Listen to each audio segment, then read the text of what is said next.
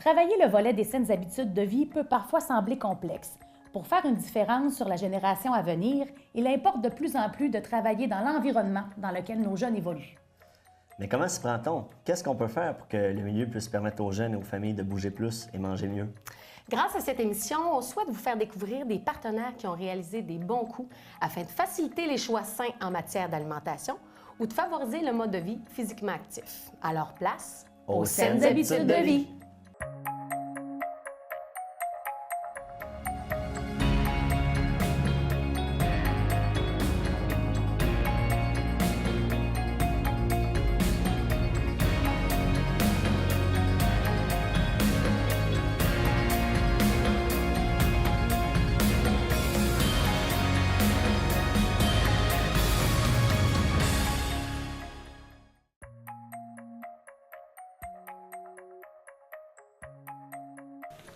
Alors aujourd'hui, on est à l'école primaire Sainte-Thérèse à Dolbeau-Mistassini et on vient vous présenter en fait une séance, une approche en psychomotricité qui s'appelle Au couturier. Alors place aux saines habitudes de vie. Pourrais-tu me l'expliquer? C'est ma famille, là, qu'on est autour d'un arc-en-ciel. Un arc-en-ciel, qu'est-ce que ça veut dire pour toi, un arc-en-ciel? Parce que c'est comme genre une moitié de rond, là, qui a une plein de couleurs. Puis ça représente que vous êtes heureux? Oui. Puis quel temps qu'il fait dans ton dessin? Beau. Il fait beau. Puis là, ici, peux-tu me nommer qui est là? Papa, maman, c'est ma grande soeur, moi, puis ma petite soeur. Ta grande soeur puis ta petite soeur. Puis toi, t'es où là-dedans? Oh, puis t'as vraiment un beau sourire, hein? Yes! T'es bon. Fait que salut, ma belle grande fille. Comment tu t'appelles, toi? Noémie, Puis t'as quel âge? 6 ans. 6 ans déjà? Mon Dieu, t'es grande. Fait que là, aujourd'hui, tu as terminé ta séance en psychomotricité. Oui. Où est-ce que tu as joué le plus, toi? Faire des châteaux. À faire des châteaux aussi. Puis qu'est-ce que tu aimes faire ici que tu peux pas faire à la maison ou encore tu peux pas faire dans ta classe? J'aime faire...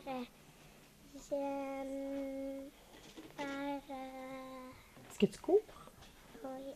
Parce que tu peux pas, hein, dans ta classe? Oui. Ça fait-tu du bien à ton corps? Oui. Tu le fais-tu bouger beaucoup? Oui. Oui. Puis ici, là, dans le coin des petits obstacles, qu'est-ce que tu aimes faire? J'aime grimper Tu aimes ça grimper? Tu as l'impression que tu grimpes dans quoi? dans ça. Dans ça, puis c'est-tu comme dans un arbre, tu penses? Oui. Puis là, tu as fini avec un beau dessin. Pourrais-tu nous expliquer ton beau dessin? C'est que mon ami, moi puis ma soeur, on joue à la piscine, puis qu'après on a fini la piscine. Ah ouais, fait que toi, tu sautes à l'été. Oui, on voit ça. Puis ça, c'est quoi ici, là? C'est une grosse flaque? Qu'est-ce que c'est? C'est le soleil. C'est un beau soleil qui est de la même couleur que l'eau de la piscine. T'es pas mal bonne. Merci, ma belle. Yes. Salut, ma belle fille. Comment tu t'appelles, toi? Sarah Maud. Sarah Maud. Et là, qu'est-ce que tu viens faire ici, dans cette belle salle-là, habituellement? Je voulais jouer. Tu viens jouer. Qu'est-ce que tu aimes le plus que tu fais pas dans la classe avec Madame Joanne, mais que tu peux faire ici? Sauter. Sauter. Est-ce que tu cours des fois? Oui. Oui. Puis qu'est-ce que tu aimes mieux? T'aimes-tu construire ou démolir les blocs? Construire. Construire. Pourquoi? Parce que j'aime ça construire des châteaux. Oh, des châteaux. Est-ce que tu joues des fois des jeux de rôle? Oui. Oui. Tantôt, t'avais-tu une cape? Non. Non, pas cette fois-là. Non? Qu'est-ce que tu as fait là, dans ton château aujourd'hui? Jouer, je faisais dodo. Tu jouais que tu faisais dodo? Ah ouais, fait que tu faisais une déjeune relax. Puis là, au mur ici, là, est-ce que tu t'es amusé? Oui. C'est quoi ta place préférée? Les blocs-là. Oh, c'est vraiment les blocs-là. Toi, tu restes quasiment toute ta séance de psychomotricité. T'aimes-tu ça? Oui, c'est vraiment le fun. Merci, ma belle. Bonjour, je suis en compagnie de Patricia Tremblay, psychoéducatrice pour la commission scolaire du Pays des Bleuets. Bonjour Patricia. Bonjour. Tu es ici aujourd'hui pour nous parler, depuis un an environ, il y a des nouvelles aires d'apprentissage par le jeu dans 2 écoles de notre MRC, soit l'école Sainte-Thérèse et Notre-Dame-des-Anges, qui se sont dotées de salles de psychomotricité au couturier. Oui, tout à fait. Donc, on est là ici aujourd'hui pour en apprendre davantage sur qu'est-ce que c'est ces salles de psychomotricité-là et en quoi consiste le programme Au Couturier. Donc, les salles de psychomotricité, à quoi ça sert en premier lieu? Ça s'adresse aux enfants d'âge préscolaire ou de premier cycle, donc première année, du 0 à 7 ans. On en a aussi dans certaines garderies, là, par exemple à Mistassini. Le CPE Les Renardeaux. Les Renardeaux à Mistassini ont une salle de psychomotricité. Puis également le CPE Croque-la-Vie de Normandin qui a une salle de psychomotricité. Croque-la-Vie aussi. Donc, de 0 à 7 ans, qu'est-ce que ça apporte aux enfants? Ça sert à aider au niveau du parcours de maturation psychologique. Ce que je veux dire par là, le parcours de maturation psychologique, en fait, ce qu'on dit, c'est que l'enfant de 0 à 7 ans, il va apprendre par son corps, avec son corps, en expérimentant des choses avec son corps. On a juste à penser au langage. Par exemple, le mot chaud, on va dire au bébé, touche pas, c'est chaud, touche pas, c'est chaud. Qu'est-ce qu'il va faire qu'il va comprendre que c'est chaud finalement? C'est qu'il va s'approcher, il va sentir la chaleur ou bien souvent, il va se brûler. C'est là qu'il va comprendre ce que chaud veut dire. Donc, de 0 à 7 ans, l'enfant a besoin de développer ce parcours de maturation psychologique-là, apprendre avec son corps, par son corps, en essayant. C'est d'ailleurs pour ça souvent qu'on ne les assoit pas sur les bancs d'école avant l'âge de 7 ans. Donc, première année, ils ont 6, ils s'en vont sur 7 ans habituellement dans l'année. Donc là, ils sont prêts plus à s'asseoir et réfléchir. Fait que tranquillement, le parcours de maturation psychologique se fait et ça va permettre à l'enfant de se décentrer de ses émotions, être capable de s'arrêter puis en venir avec des activités cognitives un peu nécessaires aux apprentissages, là. Donc, plus j'ai une explication en avant, puis après ça, je suis capable de le faire, sans nécessairement qu'on l'accompagne ou qu'il l'essaie. Tous les enfants vont faire le parcours de maturation psychologique. Il y en a que c'est un peu plus long que d'autres. Il y en a qui, ça ne se finira pas à 7 ans. Il y en a qui ont plus de difficultés. On va aller au niveau de la maturité aussi. Ils n'ont pas la maturité affective de leur âge physique. Fait que pour certains enfants, parfois aussi, ça va être un peu plus long. Donc, le rôle de l'adulte dans tout ça, c'est de mettre des conditions qui vont faciliter ce parcours-là de maturation. Et la salle de psychomotricité, c'est une belle façon de travailler ça. En plus de ça, en psychomotricité, bien, c'est sûr qu'on va travailler beaucoup. C'est beaucoup l'enfant en relation avec son environnement physique, mais aussi en relation avec ses pairs. Donc, on va travailler l'autonomie, on va travailler beaucoup la résolution de conflits, la résolution de problèmes. On amène l'enfant à se mettre en mode résolution. Souvent, les enfants, qu'est-ce qu'ils font? Ils ne savent pas quoi faire. Lui, il ne veut pas me prêter un bloc, Madame Patricia. Elle ne veut pas que je rentre dans sa maison. Oui, mais est-ce que c'est moi qui ne veux pas te prêter un bloc? Qu'est-ce que tu peux faire, toi? Fait qu'on le ramène à lui à ce qu'il soit capable de se trouver des solutions et de le faire. On va l'accompagner. Le rôle de l'adulte en psychomotricité, c'est beaucoup d'accompagner l'enfant. Donc, dans toute cette relation-là, on va partir de ce qui est puis de ce qu'il fait en psychomotricité pour avoir des interventions individualisées avec chaque enfant.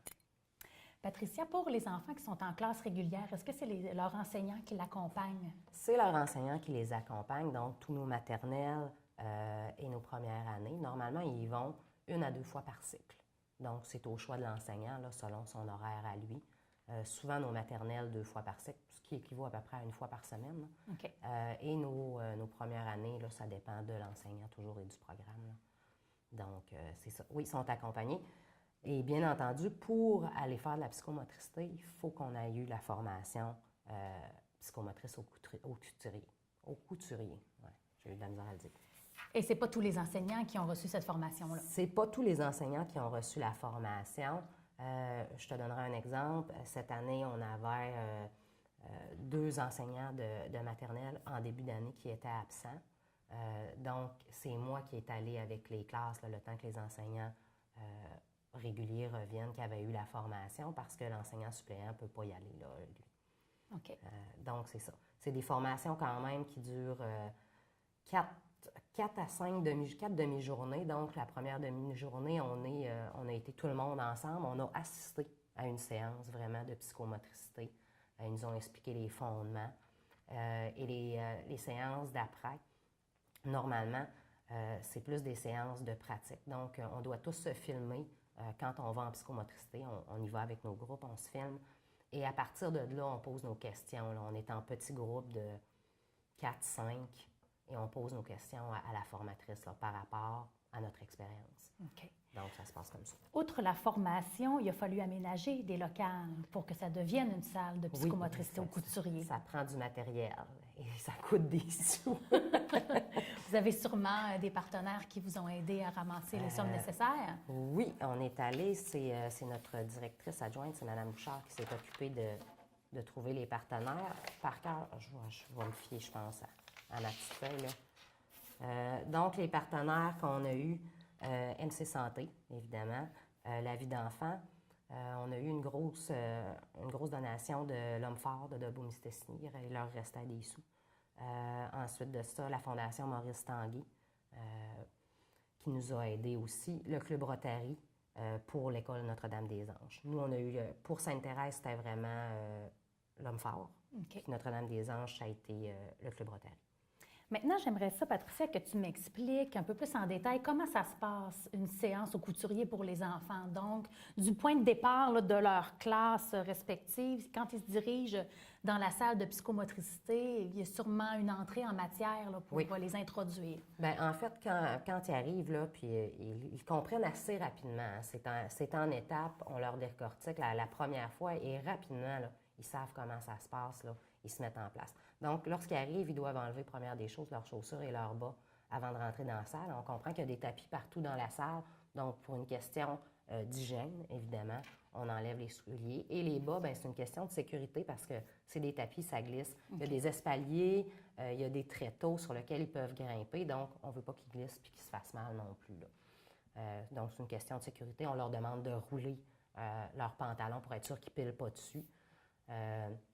Donc, à partir de ce moment-là, ils arrivent, ils font ça. Et là, quand ils rentrent dans le local de psychomotricité, là, on va leur souhaiter la bienvenue à tous de façon individuelle. On va leur souhaiter une bonne séance. Tout dépendant, là, souvent, on les fait asseoir dans un coin. Là. Moi, c'est comme ça que je fonctionne. Ils s'assoient dos au mur. Puis là, je vais leur rappeler, je le fais toujours, même s'ils savent, je vais leur demander, c'est quoi la loi en psychomotricité? Hein, il y a une seule loi en psychomotricité, c'est je me fais pas mal à moi et je fais pas mal aux autres. Donc, à partir de là, on peut faire bien d'autres lois, évidemment, qui peuvent en découler si ça dégénère, mais donc, on les questionne. La loi, c'est quoi? On se rappelle qu'est-ce qu'on fait pour ne pas se faire mal, qu'est-ce qu'on fait pour ne pas se faire mal aux autres. Et ensuite de ça, ils vont se placer. Donc, on peut dire que la salle, la nôtre, est comme divisée en deux parties. Une partie où est-ce qu'il y a tous les blocs mousse avec la pyramide là, au départ. Alors, la première partie, c'est une partie où est-ce qu'ils vont déconstruire. Ça veut dire, je t'interromps, mais pour bien comprendre, ça veut dire que quand les jeunes arrivent, la pyramide est déjà montée. Elle est déjà montée. Nous, c'est des élèves d'une classe de 4e année qui viennent remonter. Ils ont l'horaire de la salle de psychomotricité et ils viennent remonter. Ça leur prend 2-3 minutes. OK. Ils viennent ranger la salle et remonter les blocs mousse, le mur de blocs mousse. Donc, c'est ça. Fait qu'on explique aux enfants, là, ils se mettent sur la petite ligne. Le premier 10 minutes de la déconstruction, on reste juste dans la partie où est-ce qu'il y a des tapis et les blocs mousse. On ne va pas où est-ce qu'il y a les fusils-tubes, où est-ce qu'il y a les espaliers, puis les tréteaux, ils n'ont pas le droit d'aller là, ils le savent. OK. Alors, à notre signal, on leur donne un signal. Normalement, on essaye de les faire s'échauffer un peu. Est-ce que vous êtes prêts à leur faire des exercices un peu? Est-ce que vous pensez que vous allez réussir? Hein, on fait augmenter leur désir. Hein, ils ont hâte, là, ils vont détruire le mur, puis... c'est sûr qu'à la destruction du mur, hein, quand on n'est jamais venu dans une salle de psychomotricité, ça peut être impressionnant. Ils font du bruit, ils crient, ils sont heureux, et ça sert à ça, hein, à libérer leur tension, à ce qu'ils se défoulent, pour que, par la suite, ils puissent être capables de passer au jeu symbolique. Donc, ce qu'on va faire, c'est qu'ils vont détruire, puis là, on les regarde aller. C'est à nous de juger. Ça dure environ 10 minutes, la première période, cette période-là de déconstruction. Je vous dirais que plus ils sont vieux, moins c'est long. Si je pense à mes 2e années, ça va prendre moins de temps qu'avec mes maternelles. Parce qu'eux autres, ils sont prêts à passer. Leur parcours de maturation il est plus avancé. Ils sont prêts plus vite à jouer. Donc, ils vont détruire, oui. On va remonter des murs, ils vont détruire, mais ils peuvent courir sur les blocs. Des fois, on joue à s'attraper. Je leur fais faire des courses sur les blocs d'un mur à l'autre. Et des fois, ils sont enterrés. Là, ils ressortent d'en dessous des blocs. Donc, premier 10 minutes. Après ça, on signale, je tape des mains. Normalement, moi, la consigne, c'est je tape des mains, tu fais statut. Ils le savent, ça a été expliqué au départ. Statut, et là, je peux ouvrir la salle. Là, je leur dis, bien, c'est beau, on peut construire et vous pouvez aller n'importe où. À ce moment-là, ils ont le droit d'aller se glisser, d'escalader. D'escalader, de sauter, de pirouetter. Il y en a qui se construisent des châteaux, des forts, j'ai vu des labyrinthes, j'ai vu des maisons. C'est vraiment un jeu symbolique.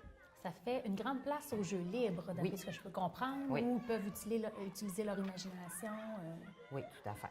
Ils ont des morceaux, ils ont plein de tissus aussi. Ils peuvent se faire des toits, des fenêtres, des portes pour leur cabane, mais ils peuvent se faire des capes, des robes pour les petites filles. Donc, on sert beaucoup de leur imagination. On rentre dans le monde qui est plus créatif. On va se servir de leur imagination. Et ça reste un peu comme ça tout le long de la séance parce que l'autre partie, c'est l'histoire. Alors là, je vais refaire dans mes mains, j'ai statut, tout le monde va s'asseoir. Et là, on compte l'histoire. Et l'histoire, c'est pas une histoire avec un livre. OK. Fait qu'on reste dans l'imaginaire. Là, ce qu'on fait, on est rendu à les arrêter. Là, j'ai joué, je me suis dépensée, j'ai joué, j'ai pensé à des choses.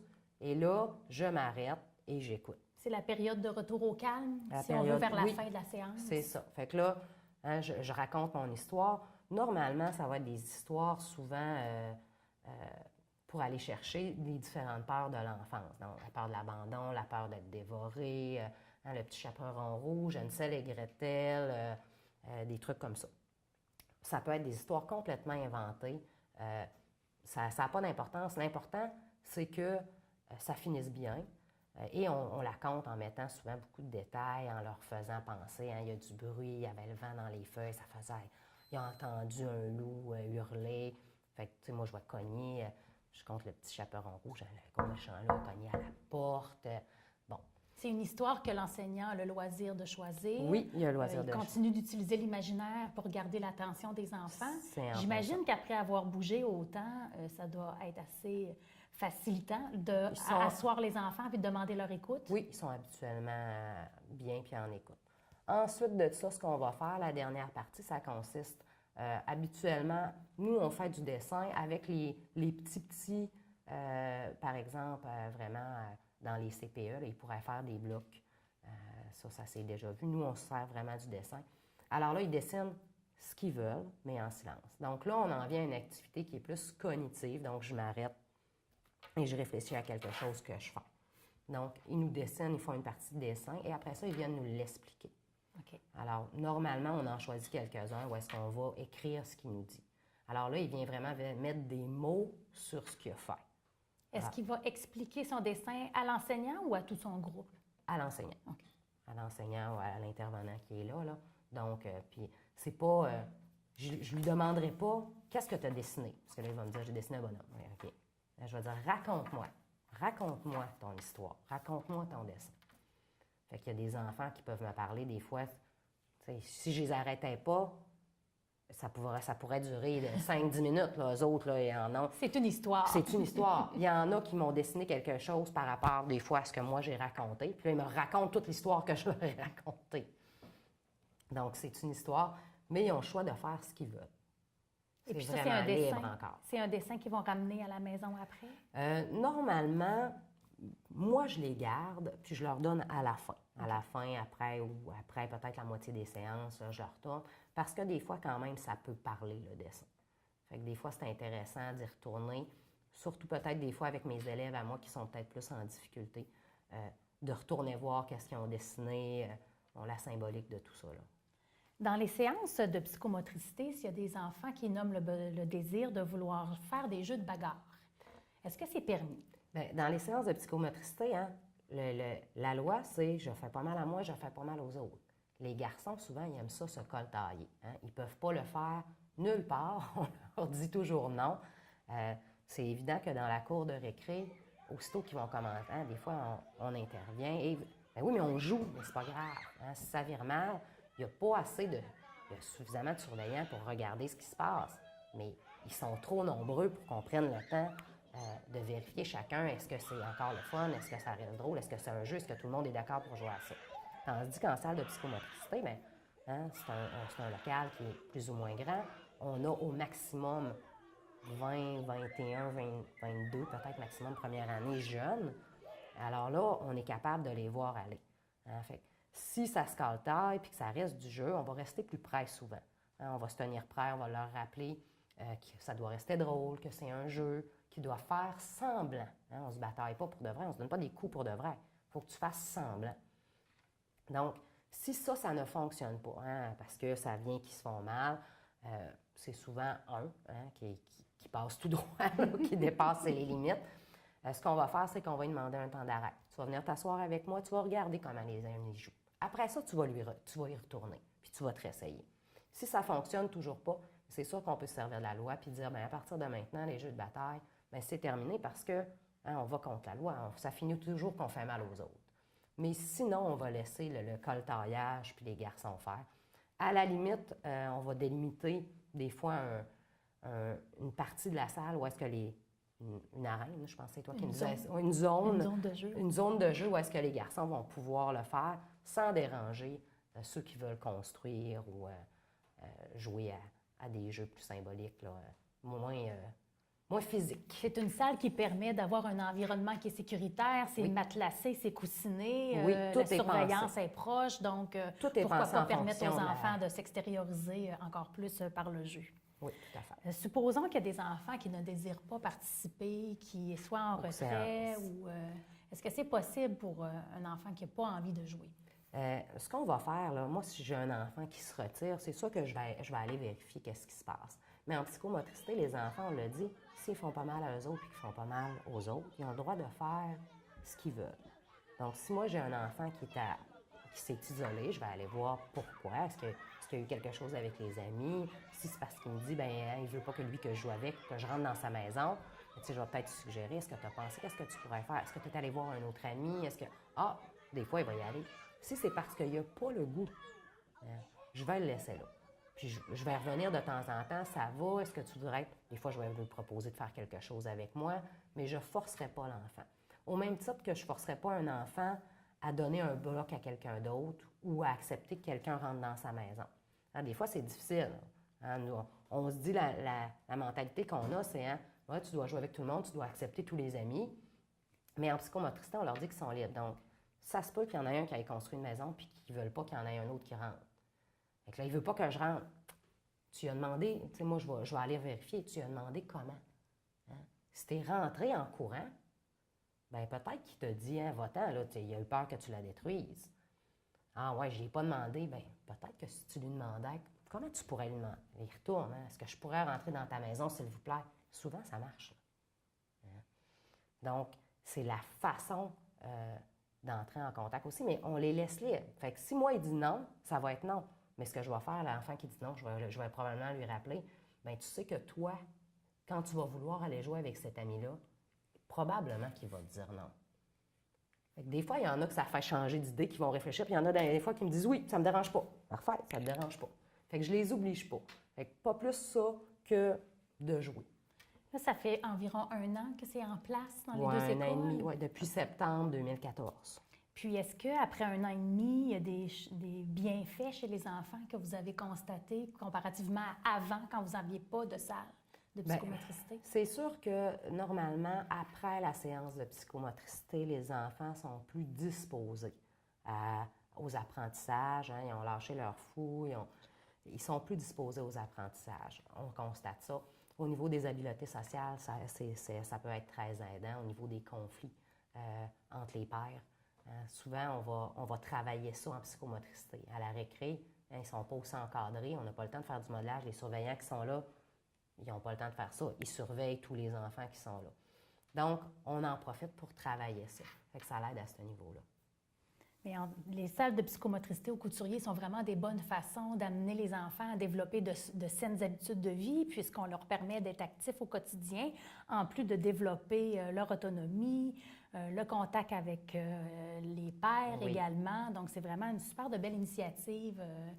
On a 2 écoles choyées d'avoir des salles en psychomotricité comme ça. Donc, c'est très apprécié, je pense. La première année, c'est sûr que ça a été une adaptation. Autant dans comprendre la pratique au couturier. Hein. Donc, laisser les enfants se coltailler. Hein. Il y a du monde, ça vient les chercher dans leur valeur. Et mon Dieu, ils vont se faire mal. Mais je pense que chaque personne qui est formée va y aller aussi avec lui dans quoi il est confortable. Au même titre qu'on va laisser les enfants faire ce qui sont confortables. Moi, j'ai des enfants, des fois, qui partent de la poutre et qui font des flics, là. Hein? Ils font des pirouettes dans les airs pour aller tomber sur le tapis mousse. Je ne l'empêcherai pas de faire ça, là. Hein? Le matériel est là. Puis, ce qu'on sait, c'est que souvent, cet enfant-là, ceux qui ne seront pas à l'aise ne le feront pas. S'il le fait, c'est que son stade de développement Il est rendu là. est rendu là. Tout à Donc, fait. tous les enfants qui sont dans une salle, même s'ils sont sensiblement dans la même tranche d'âge, peuvent respecter là où ils sont rendus dans leur développement. Oui, tout à fait. Puis on va le voir, il y en a souvent qui vont suivre pour faire la même chose, puis finalement, ils vont juste sauter dans les airs puis atterrir. Donc, on va écouter les enfants, mais autant pour ceux qui forment, ceux qui animent la psychomotricité, mais je pense que c'est important d'y aller aussi avec nos valeurs. Il faut comprendre ce principe-là aussi, là, de où est-ce que ça va mener, de les laisser aller comme ça, là. Donc, c'est toujours encadré. Quand on ne connaît pas ça, si on fait juste observer, on peut se dire « mais ils font n'importe quoi », mais pas du tout, là. C'est structuré, il y a une raison d'être à chaque étape et ils sont accompagnés toujours, les enfants. Il y a beaucoup d'observation, j'imagine, qui est fait de la part de l'enseignant pour voir tout ce que l'enfant est en train d'apprendre pendant sa séance. Beaucoup d'observations. Il y a des choses que l'enseignant n'a pas le temps de voir quand il enseigne puis que les enfants sont assis là. Hein? Et puis, il n'y a pas plus le temps de le voir nécessairement à la récré parce qu'il n'y a pas juste son groupe à surveiller. Donc, c'est sûr que la psychomotricité, ça offre un beau milieu d'observation. Mais Patricia, merci beaucoup. Grâce à toutes tes explications, on en comprend maintenant davantage sur qu'est-ce que c'est une séance au couturier. Donc, ça m'a fait plaisir. Merci. Alors, vous venez voir une séance en psychomotricité. Alors, quand vos enfants vont vous parler de la salle au couturier, de la psychomotricité, vous allez avoir davantage une idée de ce que c'est. Alors, on était très contents de savoir que les enfants du primaire de Notre-Dame-des-Anges et de Sainte-Thérèse vont bénéficier pendant plusieurs années de ce programme-là. Et maintenant, on vous invite à faire une écoute d'une autre de nos émissions de Place aux saines habitudes de vie. En tant qu'acteur du milieu, vous avez le pouvoir de modifier les environnements dans lesquels nos jeunes évoluent. On espère, grâce à cette émission, vous avoir donné envie de faire un pas de plus en saines habitudes de vie afin que nos jeunes et nos familles bougent plus, mangent mieux, peu importe leur milieu de vie. Et on tient à remercier l'ensemble des partenaires qui ont participé à l'émission et nous vous remercions d'avoir été à l'écoute.